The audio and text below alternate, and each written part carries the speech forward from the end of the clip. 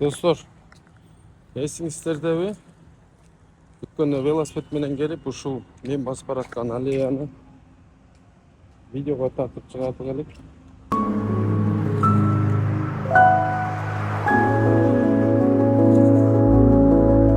Самый узкий тротуар в мире обнаружен в Бишкеке. Там могут протиснуться только очень худые горожане. Достопримечательность расположена на улице Буденова.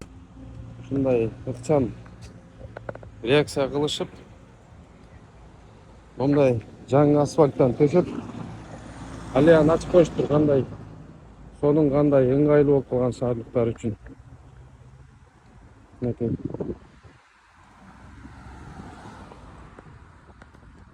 Кайсыл жерде кандай көйгөй болсо, Садыр Жапаров, Камчыбек Ташиев айтып атпайбы, видеого тартып публично кайрылгыла. Бардык ишти жеринен жазайбыз, ыкчам деп атпайбы. Факты. Факты көрбөспү, мына жапжаңы асфальт. Эмнеге ушинтишкен эмесе я мурун? Эмнеге ушундай иштер жүрбөгөнүн тууралуу мен дагы айтып берем. Бир жакшы сүйлөшөбүз.